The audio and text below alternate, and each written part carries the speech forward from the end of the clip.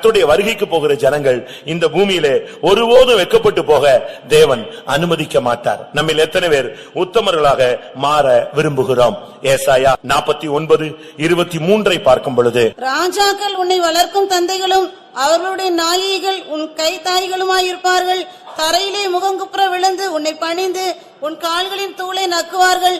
நான் கர்த்தர், எனக்கு காத்திருக்கிறவர்கள் வெட்கப்படுவது இல்லை என்பதை அப்பொழுது அறிந்து கொள்வாய். சத்துருக்கள் எல்லாம் உன் காலில் விளைவிப்பார். அதுதான் தேவனுடைய திட்டம். நீ நிமிர்ந்து நிற்பாய், மற்ற அரிக்கட்டுகள் உனக்கு முன்பாக வணங்கி நிற்கும். நீ நிமிர்ந்து நிற்பாய், சூரியன் சந்திரன் நட்சத்திரங்கள் உனக்கு பணிந்து நிற்கும். இதுதான் உன்னுடைய அழைப்பு. உன்னை ஒருபோதும் வெட்கப்பட்டு போக தேவன் அனுமதிக்கிறதில்லை. நீ ஒரு உத்தமமான வாழ்க்கை வாழ்ந்தால் கர்த்தர் உன்னை ஒருபோதும் வெட்கத்துக்கு அனுமதிக்க மாட்டார். இரண்டாவது, நீ கர்த்தருக்கு காத்திருக்க வேண்டும். தேவனுடைய செயல்கள் உன் வாழ்வில் நடக்கும்படியாக, தேவனுடைய கிரியைகள் உனக்கு நடக்கும்படியாக எனக்கு காத்திரு என்றுதான் கர்த்தர் பேசுகிறார். பரிசுத்தவான்களுடைய வேதத்தின் வசனத்தின் வெளிச்சத்திலே நான் பார்க்கும் பொழுது, அவருக்கு காத்திருக்கிறவர்கள் செட்டைகளை அடித்து உயர எழும்பி இருப்பதை நாம் பார்க்கலாம். அவர்களுக்கு சோர்வோ இளைப்போ கிடையாது.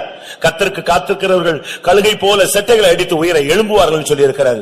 ஜெபத்திலே காத்திருங்கள், உபவாசத்திலே காத்திருங்கள், விசுவாசத்திலே காத்திருங்கள், கர்த்தருடைய வருகைக்கு பதில் வருவரை காத்திருங்கள், தேவன் உங்களுக்காக கிரியை செய்யும் வரை காத்திருங்கள், தேவன் உங்களுக்காக எழுந்தருளி சத்துருக்களை சிதறடிக்கும் வரை நீங்கள் காத்திருங்கள். கழுகை போல அந்த சிறகுகள், அந்த இறகுகள் மறுபடி முளைத்து ஒரு புதிய பலன், ஒரு வால வயது வருவரை நீங்கள் காத்திருங்கள்.